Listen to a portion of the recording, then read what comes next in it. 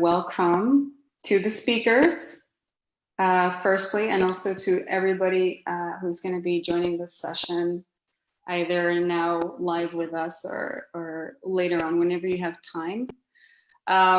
This is not such a happy topic to be discussing, but nevertheless, we're with such great, beautiful speakers that I think this is going to be an extremely interesting session. The title of our Lesbian Genius talk today is Lesbians Navigating the Pandemic Amidst Toxic Masculinity, a talk with activists from Serbia, Brazil, and Kazakhstan. And before I give you just a tiny bit of background on the Lesbian Genius Talks, I just want to introduce myself. My name is Leila Lohman, and I'm one of the 3 co-directors at ELC. What's interesting about these Lesbian Genius Talks is that the project itself, also for us as an organization, was developed amidst the pandemic to make sure that the community could stay connected and that we could, despite not being able to meet in person, still continue discussing important topics, always, of course, with a lesbian angle to them. And so these sessions usually so we go live with them, as is the case now. We try to make them as interactive as possible, meaning that if questions come up from through Facebook, we try to address these during the session. And yeah, that's pretty much it. They're usually about an hour long, depending on questions and availability for the speakers. So without further ado, I am going to introduce the lovely bunch that we have here today.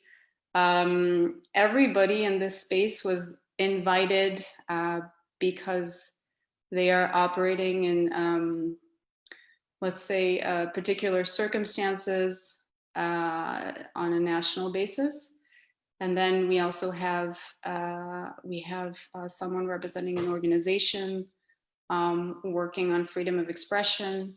So basically, who has a very interesting overarching insight on this idea of toxic masculinity and how it is impacting our work as lesbian activists.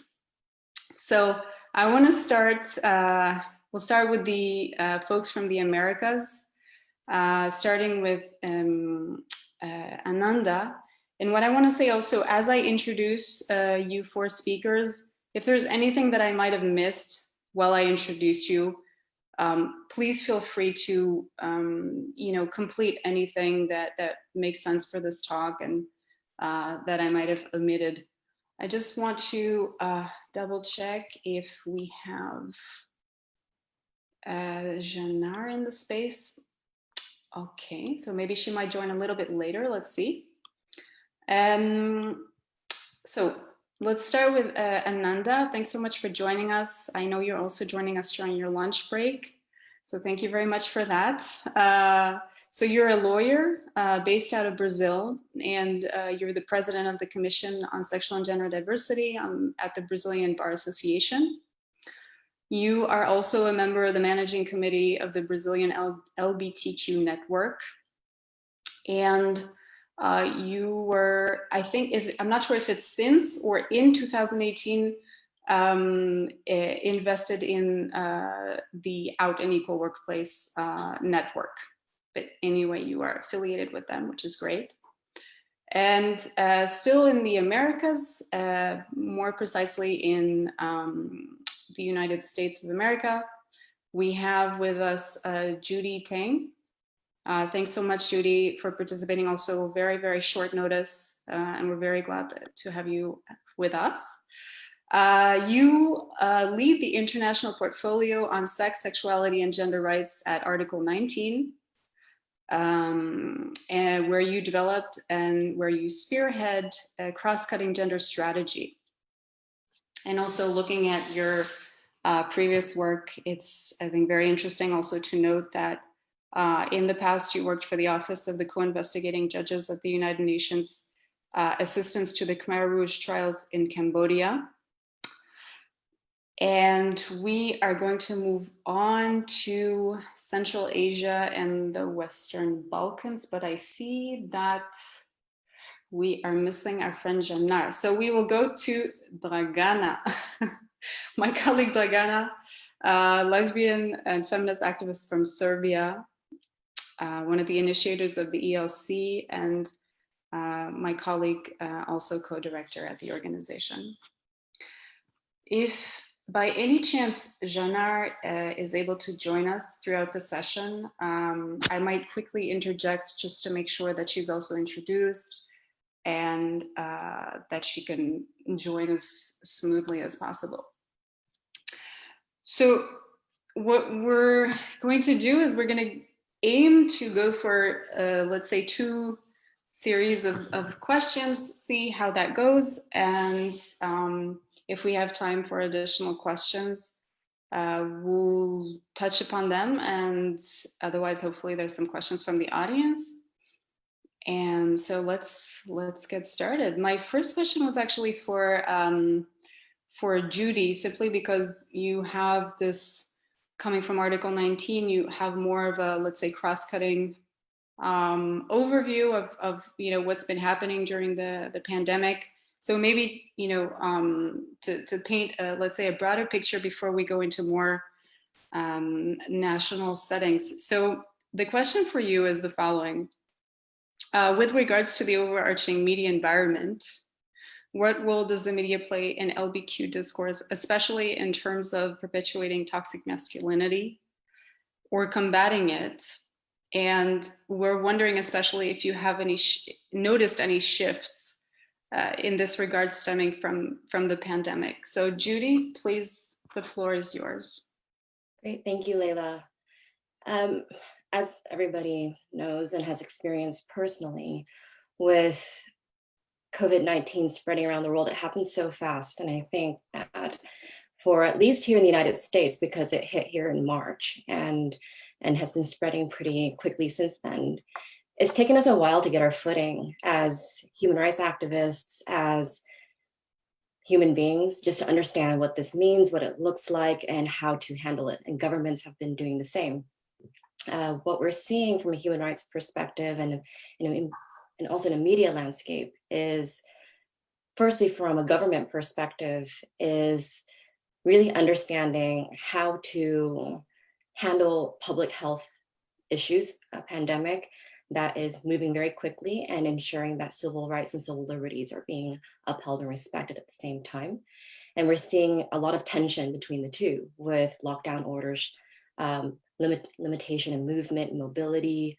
But then we're also seeing in terms of how people are going about their daily lives, like education's going online, everything's going online. Protest, even though in the United States has also taken to the streets, has gone online as well in many respects. And in terms of reportage, in terms of really understanding what we're looking at and what is happening, we're seeing a proliferation of fake news, disinformation, and how people are able to discern what is factual and what is reliable in this space when there's just such inundation of information. And this has a large impact on all communities.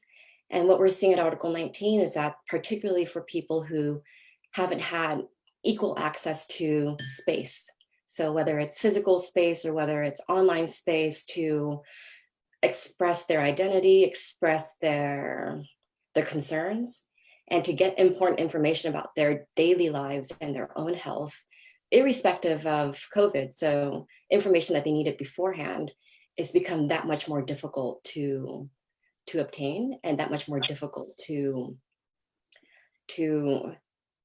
be a part of that space. And so we're seeing that happen quite heavily in the LBQ space as well. And to be honest, like, and fully transparent, in this time, because things have happened so fast, I haven't had the chance to really understand how this is impacting in a very acute way different communities. So this is a very broad observation on it, is that the media narrative in many countries is poor when it comes to COVID-19 and identity. And in some spaces have even used identity and different types of people as scapegoats and have propagated this within the media. And we're seeing this reported quite heavily. And so what we're seeing is that in this chaos, a lot of different groups that have typically had very harmful views or were very oppressive or marginalizing before are now having even more space to do that and perpetuating stigma and using this chaos to really push through discriminatory narratives. Thanks a lot, Judy. That's a really great insight, I think, to on which to build the conversation, especially maybe digging a little deeper on how that translates on a more, let's say, national or local basis. And actually here, I want to take the opportunity for everybody also to welcome Zhanar. Zhanar, welcome. Thank you. Very, very glad that you made it to this session. I hope everything is okay. I also just want to make it a point to say that Zhanar has very kindly stepped in for a colleague of hers who is currently not feeling well. And I say this not, let's say, just to give some superficial details here. I say this because I think the activist, especially LGBTIQ activist community right now is feeling heavily burdened by the situation. And so this is why I'm stressing that. Anyway, thank you, Zhanar, very much for stepping in last minute. So we actually, what I wanted to do also is, Zhanar, for everybody, I think most of us know you, but for those who don't, I just quickly want to run through your CV here, or a short bio, and then I wanted to turn to you for a first question, if that's okay. So Zhanar is a queer feminist by gender activist, participant and leading member at Kazakhstan Feminita organization. And congratulations, you recently obtained your PhD on the topic Understanding Actors and Processes Shaping Transgender Subjectivities, a case study of Kazakhstan. So congratulations to you. Our first question to you was, and also we wanted to make sure to have somebody from Kazakhstan, specifically somebody from Feminita in this space for this discussion today, because last I spoke to one of your colleagues, she was explaining to me, maybe in a little bit too much detail for today's discussion, but she was explaining to me that during the pandemic, the organization has essentially been targeted by the public authorities. One ministry in particular has operated some intimidation tactics. And so obviously, I mean, it seems to be very much in line with this concept of toxic masculinity and how everything is just somehow expanded during the pandemic. So Zhanar, if you can give us a little bit more detail on that. But basically the overarching question for you is, how do you define toxic masculinity in your context? And we want to understand a little bit, how it translated pre-pandemic, and if there are any surprising ways that it translates, let's say, during the pandemic, and this, of course, specifically in relation to politics and the media and LBQ women. So, Zhanar, whenever you're ready, the floor is yours. Yes, thank you very much for introduction. Toxic masculinity in the context of Kazakhstan usually could be related to the activities of men that try to say or show the place of women even in that pandemic situation. For example, it was actually the attitude to the masks that everybody have to, wear. And it was the big complaints that they are uncomfortable, or, they giving too much sweat on your face. And the first thing, then you think that this is for safety of every people, that you should wear the mask. You just not have to complain about that. This is how you can endanger other people because of the COVID. And we hear a lot of public complaints that masks are uncomfortable, or some other things related to that. This was the first that I mentioned. Even for that time, men sometimes could not sacrifice some little space on the face, that covered only your nose and your mouth. Another thing that I would like to say about toxic masculinity in Kazakhstan, we still have such excuse when you refer to the past, and actually it's very artificial past. Then men say that women were very obedient regarding to Islam, for example, tradition. And they say that according to Islam, women to have to say always yes to men, have to stay at home and just, to be a good housewife. And always I try to say, why when we speak about history, we only stop on that point of view? Why we not stop on the pagan views, which my ancestors had, for example, when we were very grateful to wind, to the earth, to the south, and we give them some food because we believed that some power of nature, they have very, very big, I don't know, magical powers on our lives. But we stop only on the period of Islam. And it is very curious, and you have to also think why, because, I don't know, Islam became, I don't want to sound Islamophobic, and I am actually not. But Islam became a tool of justifying the oppression in Kazakhstan for now. A lot of mosques built of the support of Arabic countries, especially Saudi Arabia. And there is a news even during pandemic that the biggest mosque will be built in Almaty region. This news so unnecessary as a news on 6th of July that, for example, our government decided to do the big fireworks on 6th of July. All people were mourning their loss, or mourning the death of their, beloved. And we had the big fireworks in the capital of our country. It is so shameful practice when people were mourning about whom just dying right now. We had the big fireworks.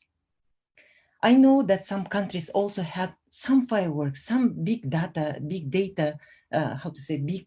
events on that days, but they actually show some, symbolic love, some, heart, or saying we should stay together. But it was not in Kazakhstan. It was not the case of Kazakhstan. I'm actually very sorry, and sometimes I feel that I will never bring a life to my child, even if I will decide that I will bring birth to any child in my life. I will never do it in Kazakhstan, because Kazakhstan still does not deserve that. For example, I will bring new citizen who will pay taxes, or who will, bring the life to my country, because all these things still very corrupted, still very unethical. And again, regarding to toxic masculinity, what we can see, how, for example, men, they decide what we should do during the pandemic, that nobody still cares about doctors or about nurses who are women. We have to highlight again and again that women in medicine, they take the most, 90% of women in Kazakhstan, of professions that took in Kazakhstan, they are teachers or medical specialists. So you have to understand that they are not CEO. They are not that people who in the very, how to say, high earning professions. They are teachers or medical specialists. And we forget how women in that burden, they have family, they have also their work, and they have to go every day to the work, wear that masks that usually actually sometimes are not very professional, because we have also not very transparent system with the humanitarian aid, and we actually have this very unprofessional that, you know, you just substitute by some other fake masks, but they are not professional masks. So I'm saying that because my mom pediatrician, and she has COVID this time, and she has COVID because she's a pediatrician, because of that. So she said she remembers Soviet time, hospital without electricity, hospital without water, okay?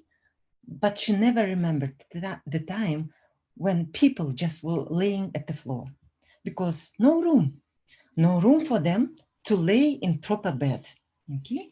So she said in Soviet time, however they were very bad or poor, she never remembered that people, the patient, laying on the floor, or they do not have masks. So that is why my mom has now a COVID. Of course, I mean, she's a doctor, she knew what she has to do, but anyway, she has her age, you know, she's not young.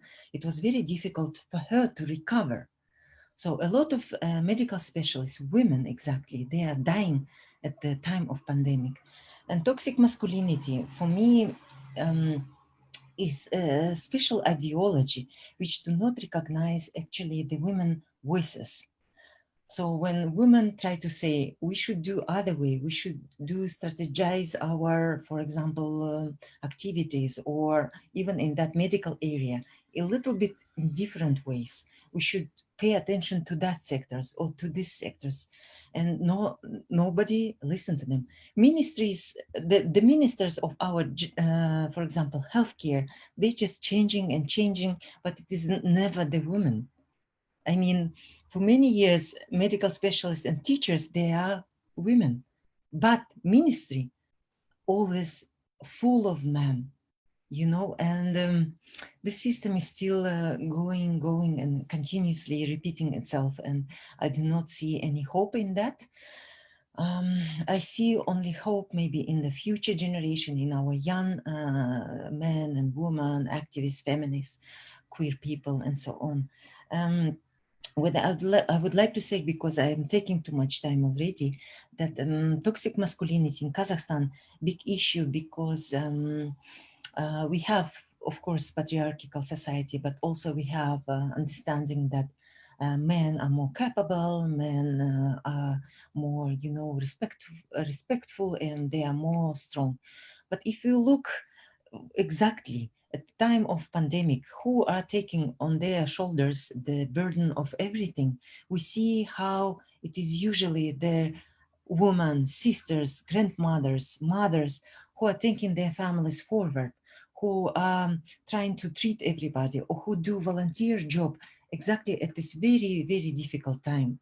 And I would like to stress again that we should not just see women as somebody, I don't know, somebody is not very important, or, you know, somebody who just a decoration for something.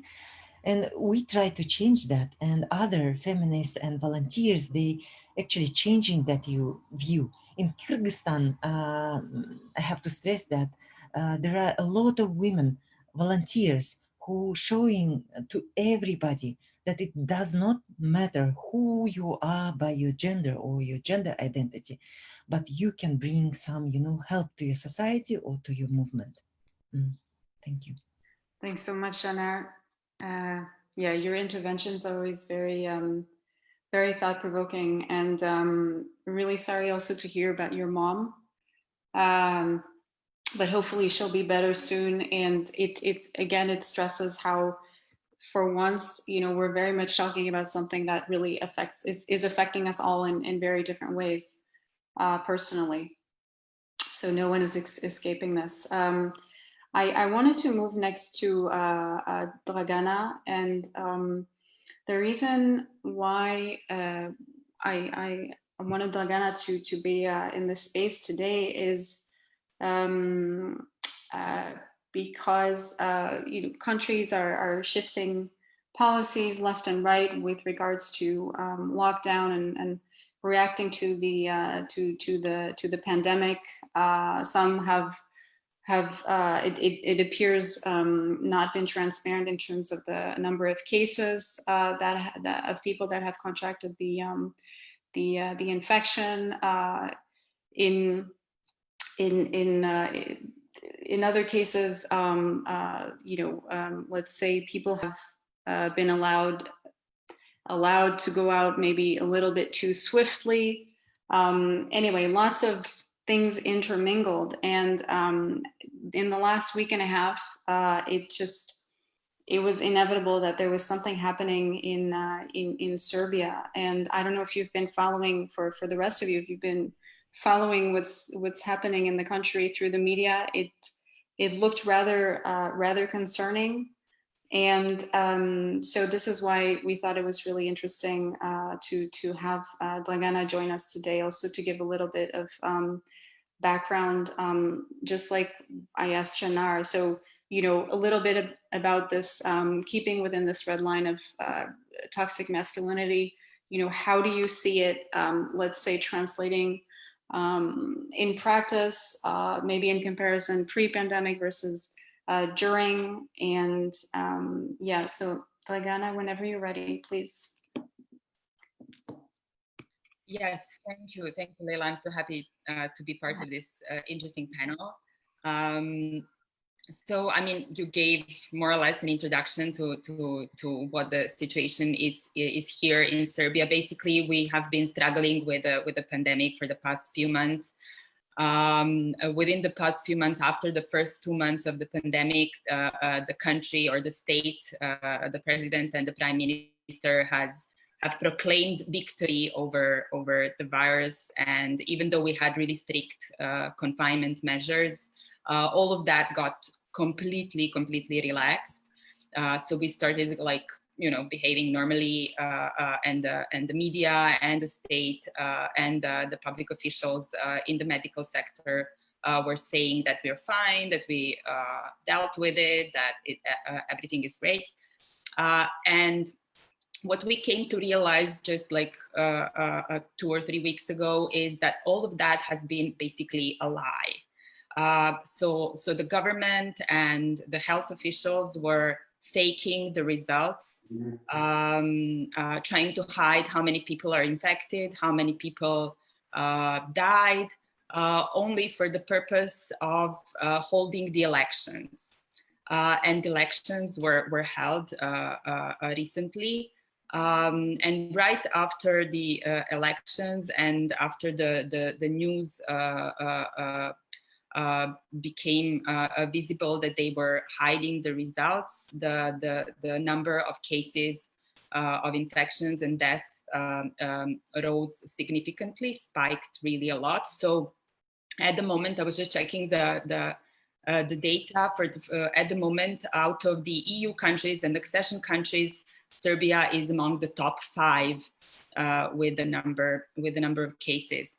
And of course, the people here in the country, once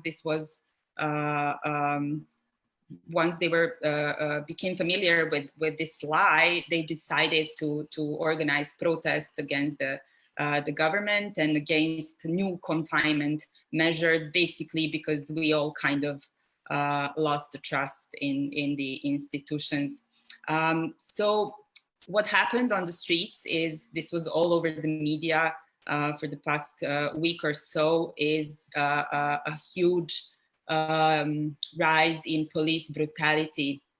So a lot of people were on the streets, they were getting beaten up by the police for no apparent reasons. Like, some people were just sitting on the bench and they got attacked by the police.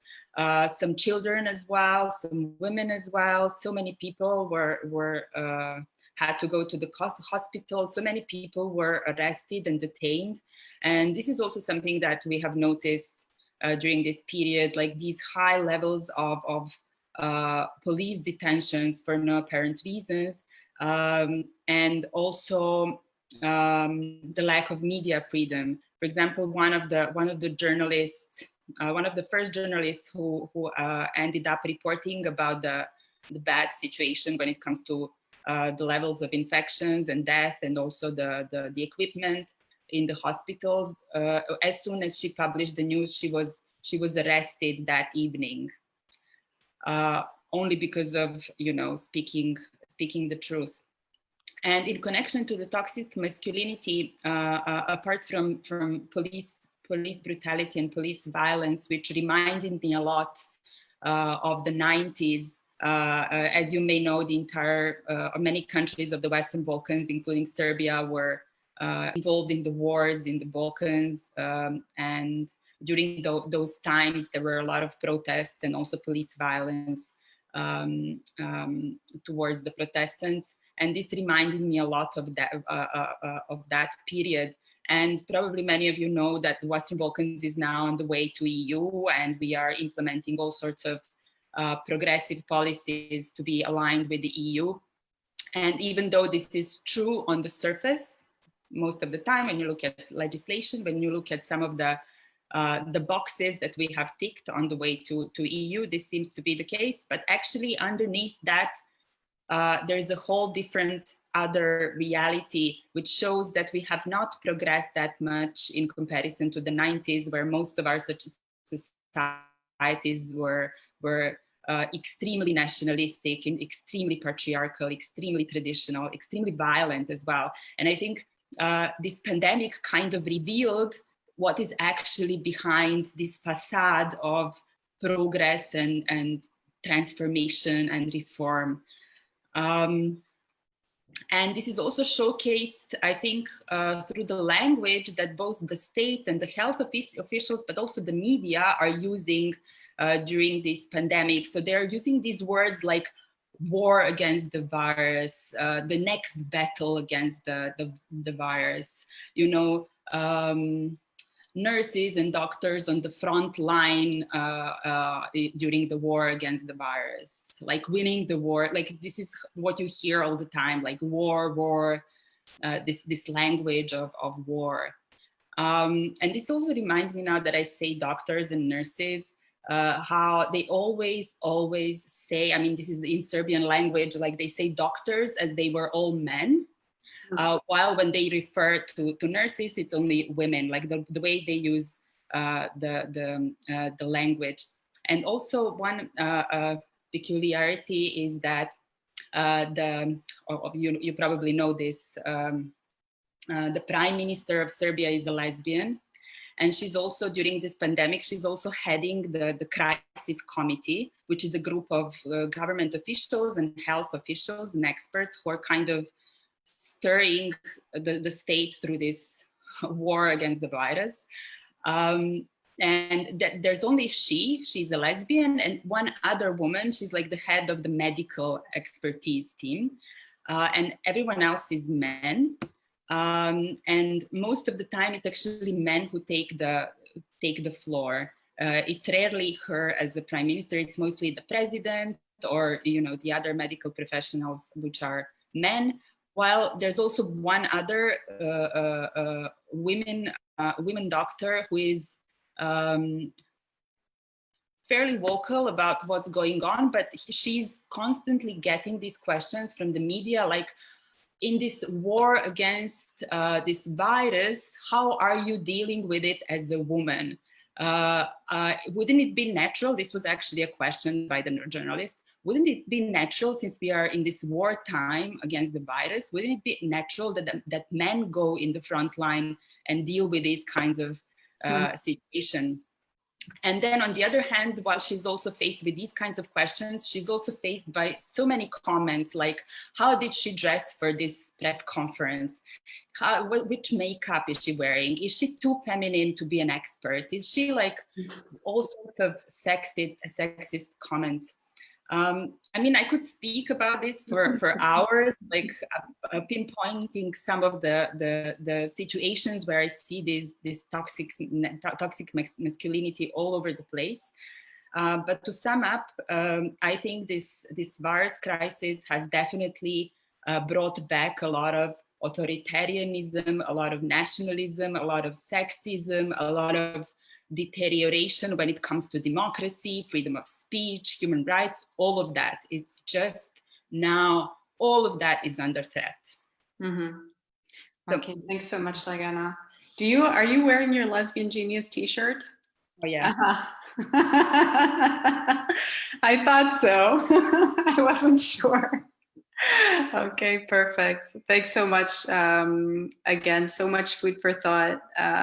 As they say, the pandemic has put a lot of societal issues on steroids. So somebody made a little bit of somewhat of a joke. I think even though we're talking about something that is very serious, maybe we can just point that somebody made this little joke that macho men do not wear masks all over the Balkans too. It harms their masculinity. So I guess you have to laugh about these things a little bit as well. So Ananda, you're next.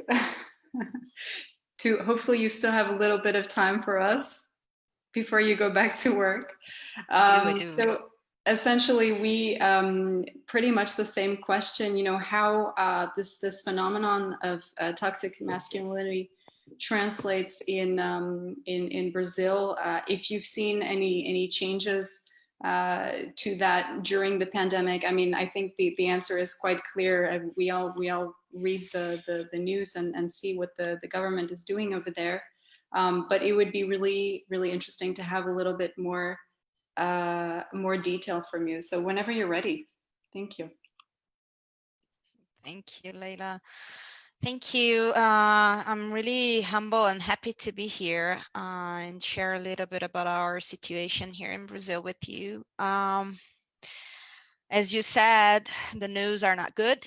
On the contrary, we have, I think, the symbol of toxic masculinity just rules our country right now.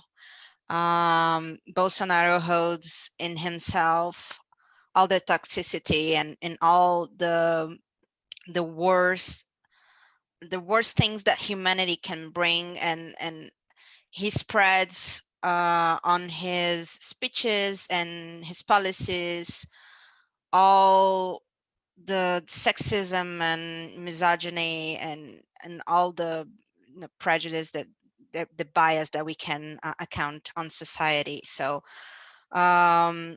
yes, we have a really hard time, and especially to women. We increased to 22 or 25% the number of murders on women due to domestic violence. Here in Brazil, we have this bill called Maria da Penha, which now it's in use for almost 12 years.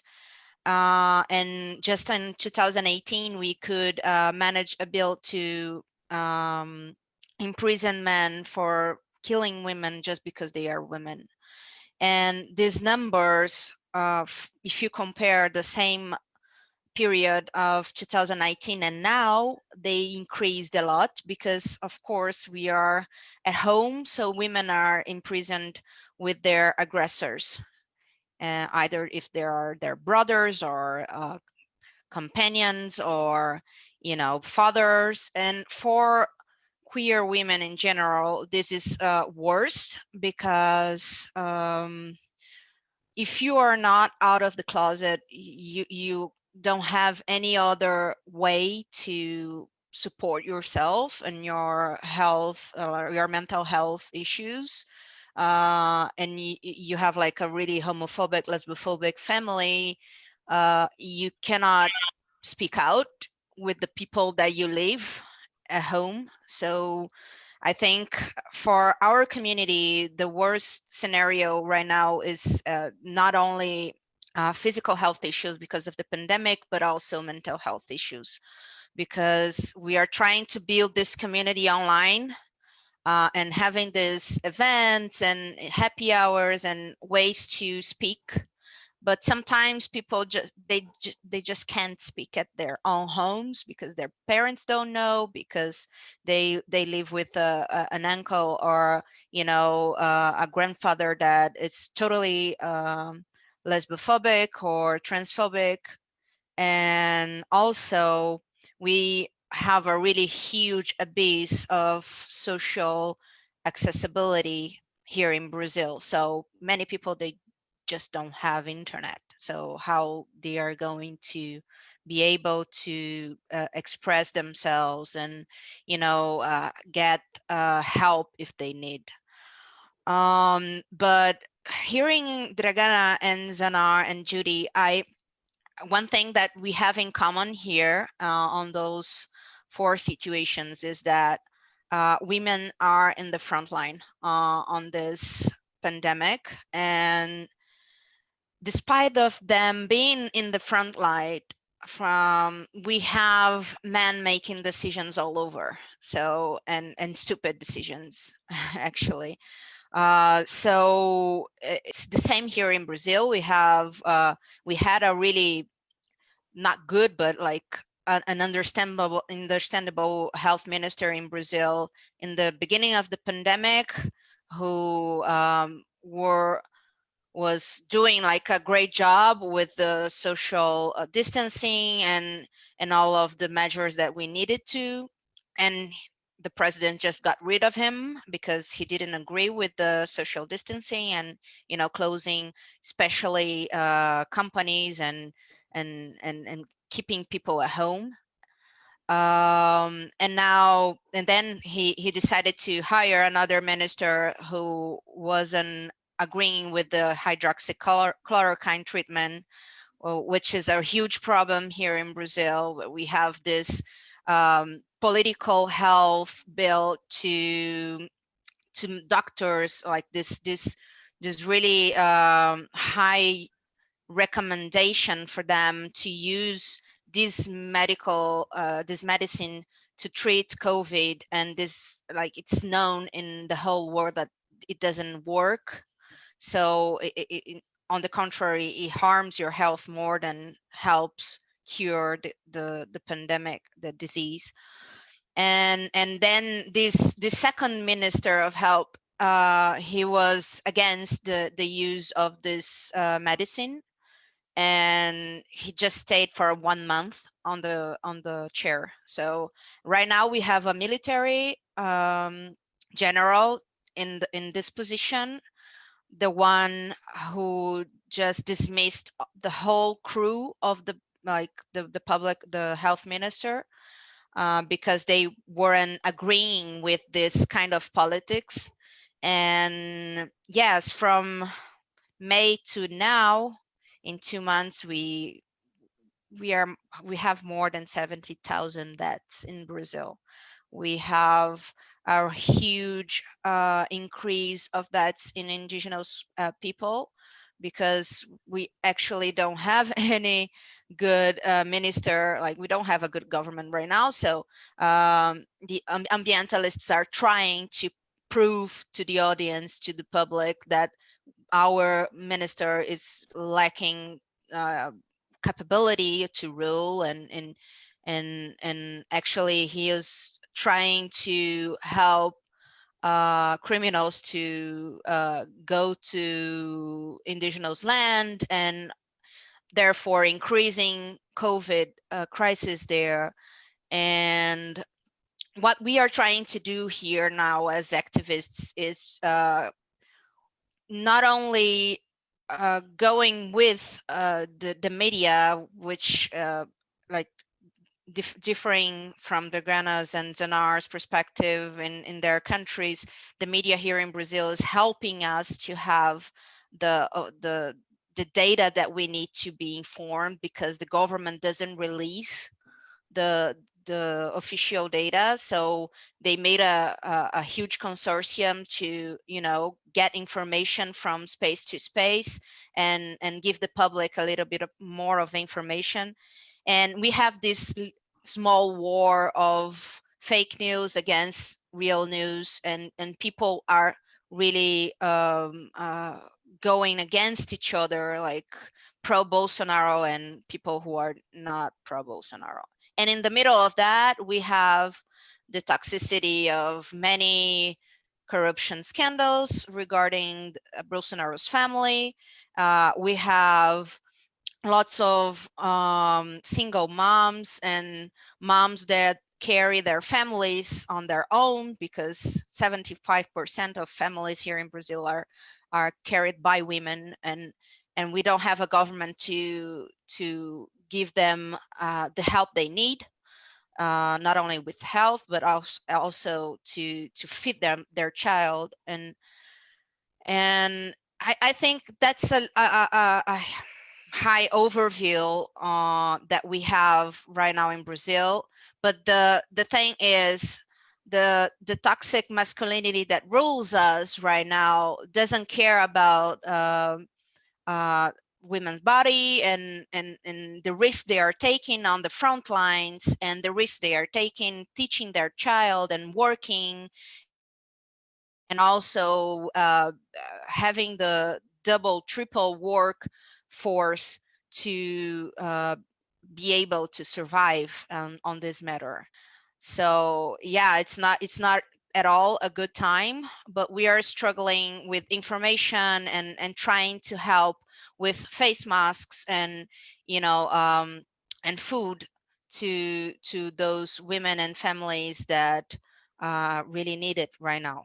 So in the opposite time of that, we have a really huge community connection as well in the base level, so we can survive this pandemic. It's a huge country. We already lost lots of people, and probably we are going to lose more, because governments here in the south of Brazil, where I'm based, and in the north and the northeast, everywhere, they just are acting like nothing is happening anymore. So everything is opening, people are going back to their work, and the pandemic just flows out. Thanks, Ananda. That was a very comprehensive overview, and it shows how many layers are interacting with each other when it comes to society in general, and really that the pandemic is completely cross-cutting. There is no layer of our lives that isn't touched by it, pretty much. And well, if we had more time, I think also from Brazil, what's so interesting is that there are so let's say there are so many layers of society, right? Indigenous populations and their interaction with the government, and then Black folks and their interaction with the government. It's very, very complex. But like you said, I think community and resilience is something that you are famous for. So I, for sure, no doubt you're gonna make it. Yeah, we try to. Yeah, you're very resilient people. Survive, actually. That's right. So this has been such a pleasure. It's almost been an hour, but I still want to try to get in another question for you all. If some have to run, please run. But for the others, if you don't mind, just let's go through a second round of questions. Maybe keep it a little bit shorter, just so everybody gets the time to speak. I wanted to bring back the floor to Judy, especially in relation to something that Ananda just talked about. She mentioned, the fact that all of a sudden everybody is, well, most people, let's say, because there is this thing called the digital divide, but a lot of us are organizing, working, living online pretty much. And so of course, this no doubt has impact on your work, Judy. And so if you could maybe tell us a little bit in terms of if you've noticed any changes in terms of how toxic masculinity might have been, let's say, brought into the digital sphere, and if you have any comments on that, that would be very interesting. Thank you. It's been really, really powerful listening to Ananda, Zhanar, and Dragana speak about their contexts, and also to a certain extent disheartening to see that this really is endemic and like happening across the board everywhere. And before I answer the question, I just want to go back to the use of war rhetoric when we're talking about the pandemic. And it's happening in all the contexts we're speaking about here on the call. And I just think that it's an overt decision from those in power and also by some in the media as well to make this an ideological issue, right? And so the minute that it becomes ideological, we don't have to really base our responses on facts. And that's what enables the gendering of responses. So therefore, like putting on a face mask is cowering to a virus. You wouldn't do that in a war. And I really do think this war rhetoric that is oftentimes propagated by the media as well is what's enabling the chaos and the confusion. And in this like gray space is where civil liberties are being rolled back. And that's so this void that it's being created with the pandemic is where people in power, and that's people in power in states, in the media, in all avenues of life, and law enforcement are really taking advantage of it to reinforce their power and their privilege. And so I just think that it's something that we're just seeing across the board, that this has opened up a vortex that people in power are really using to their advantage and using public health as a rationale for people to agree to give up civil liberties. Like, don't go out in the streets and protest. Don't go out and meet up with each other. Don't collectivize. Don't do any of these things. And so that's leading to the online space where most interactions in the last 4 months has moved, and where people are unable to utilize physical space, are now relying heavily on the digital world. And what we've seen over decades is that all of the biases, discriminations, all of the systems that play into hierarchy and hegemony offline exists online. But what's particular about the online world is that it's manifesting in different ways. And so we're seeing technology enabling at a quicker speed across different jurisdictions, across different countries, to really enable attacks and abuse and harassment.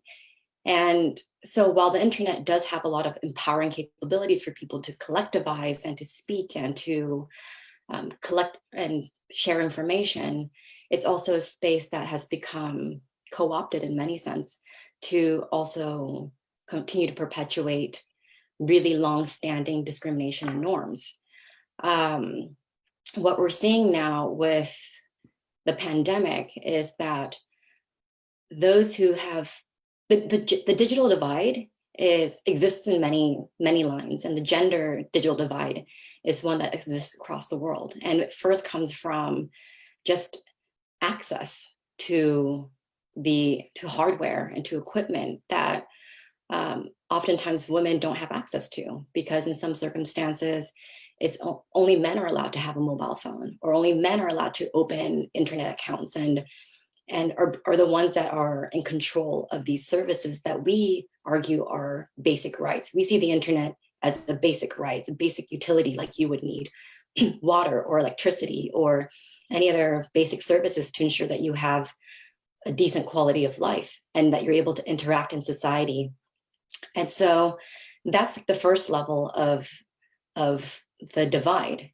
And so we're seeing across the board that women don't have equal access to technology. And so what does it mean when everything's moving online, where data, facts, public health information, shutdown information are all increasingly online? And so it's a further disenfranchising process if women don't even have access to those technologies in the first place.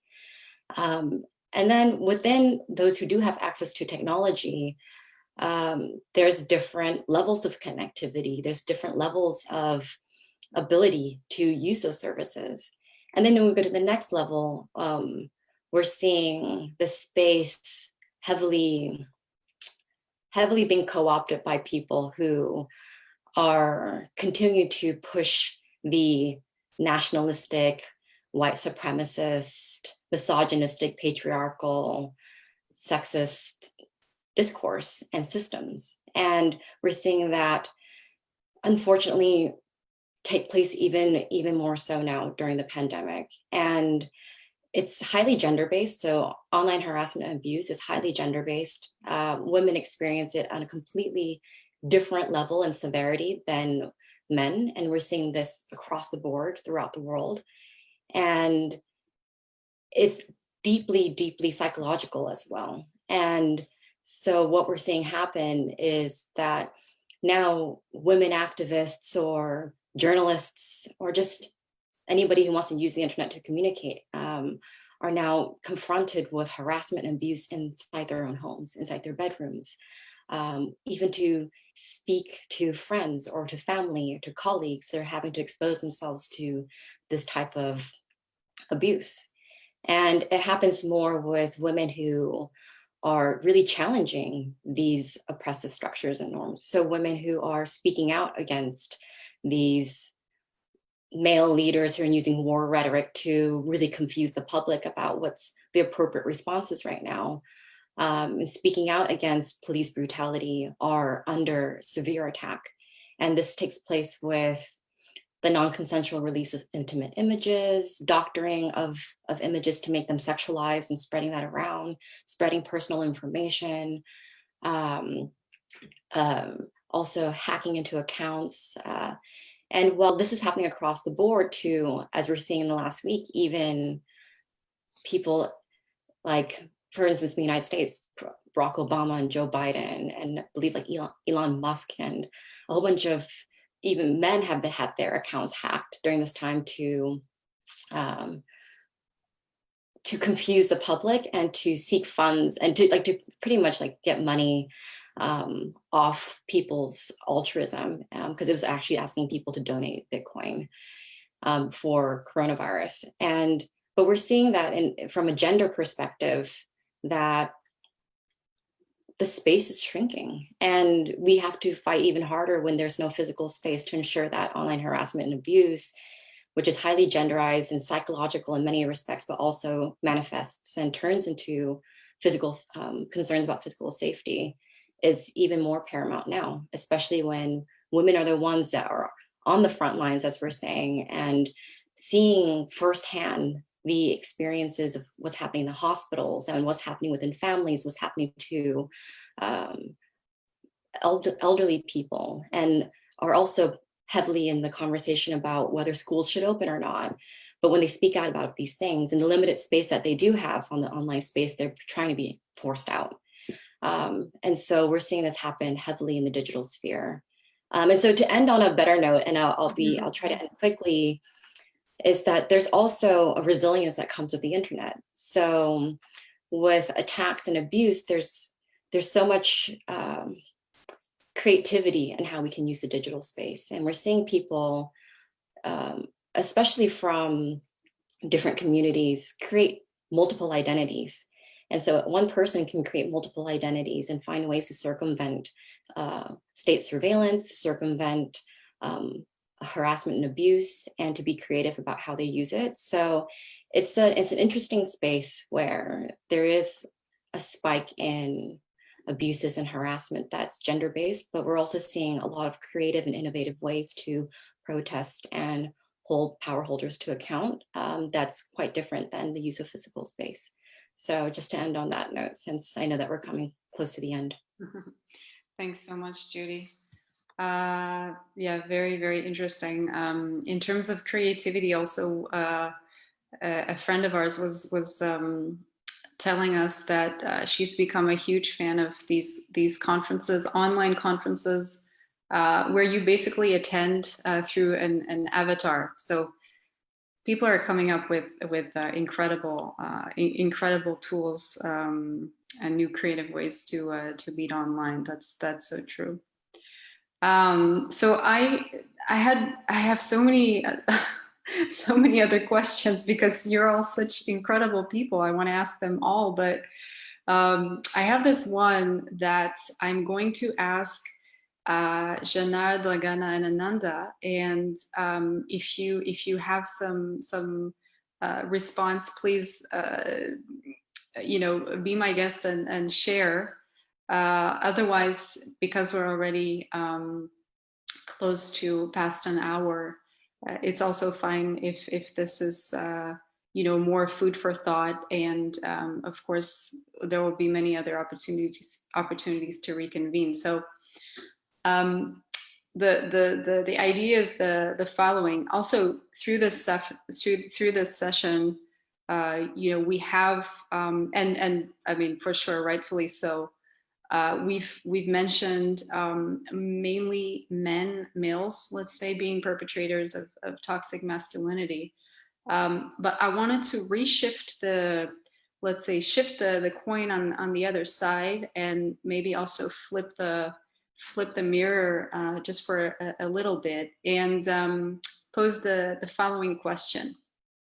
So, stepping aside from the idea that only men can perpetuate toxic masculinity, but rather that the issue is so structurally pervasive that anyone can replicate it, in which ways might we at times perpetuate this phenomenon within our personal and professional relationships as lesbians and activists?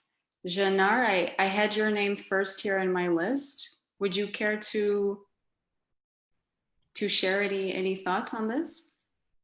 Yeah, we sometimes speak about toxic masculinity between lesbian community, between bisexual communities and trans women communities, and yeah, we found sometimes that actually in couples there are some issues with the toxic masculinity that one partner or maybe both of them could express, but it's there is no culture of confessing in that, or there is no culture of discussing the topics, because everybody start to think, or why are you sharing that very, how to say, very not pleasant moments with some other people.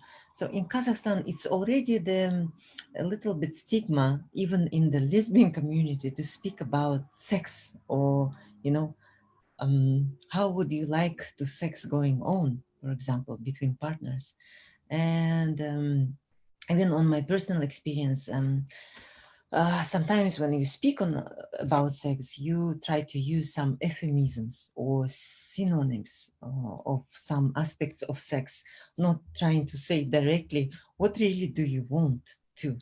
So, and speaking exactly about violence that could happen, or masculinity that could cause issue in the couple relationship, it's a big challenge.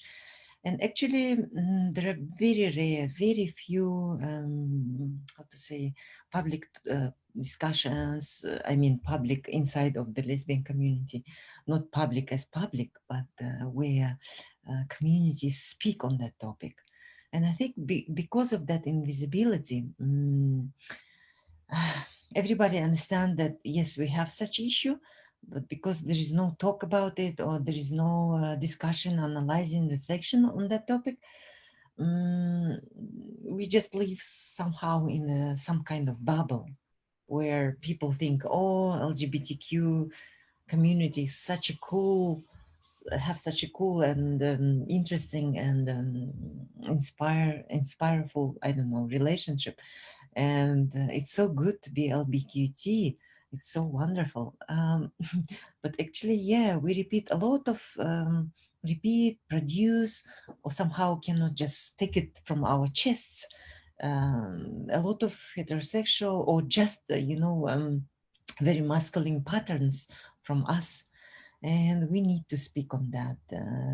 I remember that Gulzada and we actually gathered a big number of attendees on our one lecture, because we put on the title the name that we will speak on lesbian sex, and we will share something from our personal experience. And a lot of people came just because of that. If we speak about UN committee, mechanisms, how human rights can work in Kazakhstan, there's some kind of, few attendees. But if you put title sex or something like that, we see how it can be different. So I think it is very interesting topic in Central Asia, in Kazakhstan specifically, but we need people who could be brave a little bit more. And maybe we should start from ourselves. Actually, I wanted to speak on that topic because I have to say that in my young age, I'm now 37, I was abusive. So I used to be, I don't know, maybe it's because of my sport experience. I thought somehow that my physical power gives me a lot of, a lot of space. And I could react by physical, I don't know, by my physical package.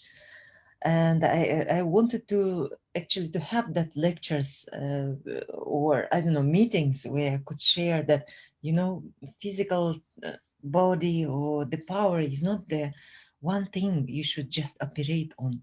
And but this lecture didn't happen yet. But I would like to share this opinion and start from myself that I was in my young age, I was very abusive. Yes, thank you. Thanks, Zhanar, for your trust in sharing that with us, and also for your perspective on the this idea of toxic masculinity also within our movement. I next wanted to turn to Dragana. Do you have any thoughts on this? Yeah, I can perfectly support everything what Zhanar was saying, and I just wanted to add to that. My PhD topic was on the connection between lesbians and nationalism and the participation of lesbians during the wars in the 90s in the Balkans. So I've always been kind of obsessed with the paradox of how can we as lesbians be affiliated and part of the right wing and nationalist projects. And I keep thinking about it, especially now that we have a lesbian prime minister who is actually affiliated to a right-wing, conservative, very nationalistic political party, who was actually at the forefront of leading those wars during the 90s. And how she came to become a prime minister as an independent, objective expert. She was not a member of the party at that time. But soon enough, after a year or so of being in that government and leading that government, she completely switched her narrative and the way she speaks and the what she speaks about. She has completely assimilated with that ideology and that discourse. So it still keeps like bothering me and bugging me. How is that possible? How do we incorporate these kinds of ideologies which are inherently and innately against us? So just some food for thought. I'm just gonna keep on thinking, maybe for another PhD. Yeah, another PhD, or maybe somebody else could pick that one up. Okay, fascinating. Yeah, fascinating. Very, it sounds like a very paradoxical situation for sure. And I think also in Germany, they also have a little bit of a similar situation where one of the right wing parties, let's say, it also has I think a lesbian woman leading or co-leading it. So it's these funny paradoxical embodiments that, yeah, you wonder about. So the last person this question goes to, if you're interested in commenting, is Ananda. Do you have any thoughts on this? Yeah, I feel well represented by Zhanar and Dragana with those touch points. But I want to add on top of that, the fact that talking about this assumption of toxic masculinity in our relations, I think is the first step to overcome it, because we need to go on our dark holes and in our soul and our type of thinking, and on our perspectives really inside of us, how on earth we reproduce those kinds of actions and abusive situations. And here in Brazil, we often say couples of lesbians that suffer lots of abuses, not only at psychological but physical as well, and not only regarding sex, but day-to-day life. And I think the first step is talking about it, which we are doing and we are trying to do. So paying attention on our day-to-day life, I think it's the first step to overcome it. I come from a family that suffered a lot with domestic violence and abuses. And on my current relationship, I always talk about that so I don't replicate anything that happened on my personal background back then. And it's really easy to do, because if you don't have somebody to tell you like, oh, I don't like the way you're talking, or I don't like the way you're acting, you just go on automatic, because for you it's okay, right? You just replicate it and you don't take conscience on it. So being aware of those situations, and knowing yourself, I think it's the first step to start overcoming, and pointing this to your friends and to your community also, because we are not we are part of it, right? We are like living every day, and we can make mistakes, but we cannot at all make those mistakes twice or three times. So it's kind of a personal responsibility not to be on this step, like I'm not going to fill the shoes that I actually critique, right? I criticize those kinds of situations of abusive men, and I'm not going to put myself on this point and on this situation anymore. So yeah, I think we have lots of work to do on that. And at the same time, men are talking about our bodies and our culture all the time. So let's point their errors and how their errors impact us as well. So it's a really healthy thing to talk about. Mm-hmm. Thank you so much for that. I'm going through the comments here on Facebook, and I just want to read out a few of you, and then ask you if you have any final comments. And I think then we can wrap this up.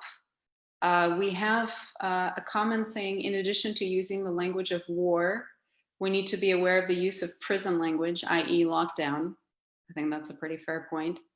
We have another comment saying, very important analysis. We need to close the tech gap among women and queer people, not only in the software access, but hardware and how to use it. COVID-19 has showed the importance of technology now and also for the future. And finally, Bolsonaro is more overt, while Trump uses covert white supremacist language. So I thought I'd share those with you also to just feed into your reflections post-conversation here.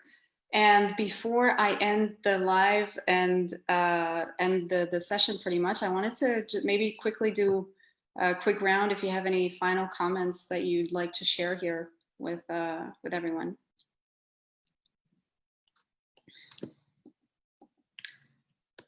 Nope, I don't see anybody raising their hand. All right, so perfect. That means that we're ending on Ananda's really, really poignant comments.